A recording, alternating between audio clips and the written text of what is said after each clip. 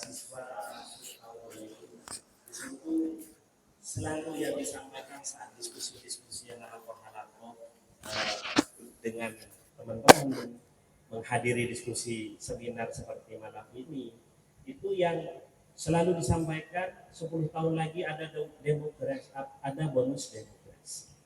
Nah, apa itu bonus demokrasi?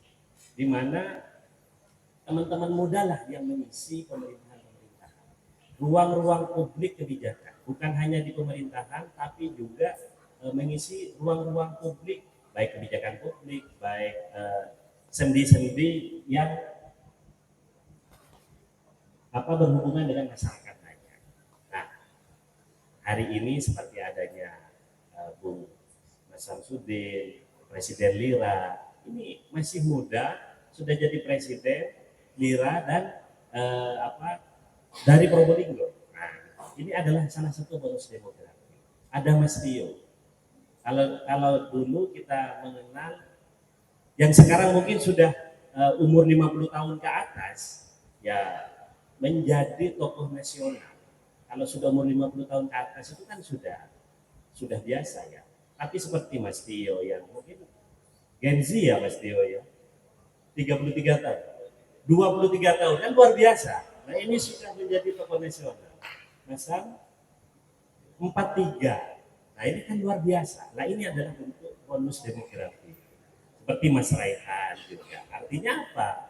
Nah inilah yang akan dihadapi oleh adik-adik ke depan.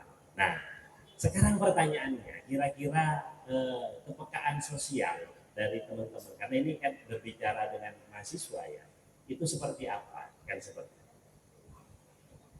kalau kita berbicara Pancasila, siapa yang tahu perasan dari 5 sila itu menjadi berapa dan menjadi berapa? Monggo teman-teman, ya kalau pemateri nanti saja belakangan. Monggo teman-teman mahasiswa ini,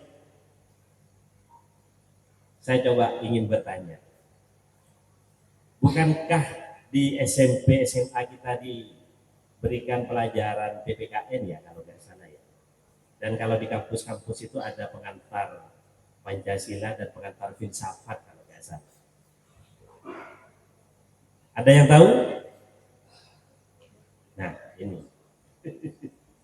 nah, inilah salah satu yang sebenarnya pengen kami gali lagi. Jadi kita tahu semua bahwa Bung Karno menyampaikan tahun waktu itu di sidang PKI jika diperas 5 sila itu menjadi trisila. Sebelum saya tanya apa aja trisila yang mungkin teman-teman nanti perlu, karena ini mahasiswa mengikuti PKN seminggu, jadi terlalu banyak kajian-kajian sehingga mungkin sudah full memori. Jadi ada trisila dan ekasila. Nah sekarang saya pengen tahu ekasila itu apa sih? Ya, oke. Jika diperas 5 sila itu menjadi trisila, sosio nasionalisme, sosio demokrasi, dan ketuhanan yang berkebudayaan, itu trisila, dan ekasila itu adalah gotong royong. Sederhana sebenarnya teman-teman, mungkin ini kan dari Probolinggo ya, gotong royong itu mungkin mengenalnya kerja bakti ya, keajegan kan gitu ya, keajegan, atau sekarang lagi tidak ada itu. Dengan zaman hari ini teman-teman sudah tidak mengenal gotong royong kan gitu. Oh iya, pasar itu bentuk gotong royong dalam dunia ekonomi kan seperti itu. Nah hari ini sebenarnya kita itu berada pada perubahan zaman yang mahasiswa sendiri saja tidak tahu apa itu trisila dan ekasila, dan jati diri bangsa ini sebenarnya kan gotong royong. Kita di Indonesia, kita diajari dengan gotong royong, membangun sosio kultural kita bersama, kita setiap hari itu diajari bergotong royong mulai dari kecil. Berarti hari ini ancaman terkait individualisme yang sangat ekstrim itu sangat terasa. Bahkan ideologi saja teman-teman mahasiswa tidak tahu apa itu Ekasila, itu gotong royong. Ini kan miris. Belum saat kita menyelenggarakan kebijakan publik nantinya kan seperti itu. Tapi memang gotong royong itu kan bukan konsep instan yang ini istilahnya itu apa? Habitus budaya. Habitus budaya itu yang diproduksi oleh budaya hubungan kita dari zaman ke zaman dan terbentuklah di Indonesia. Bukankah kemerdekaan itu kita peroleh dari gotong royong? Kan seperti itu. Nasionalisme juga kita peroleh sebagai gotong royong.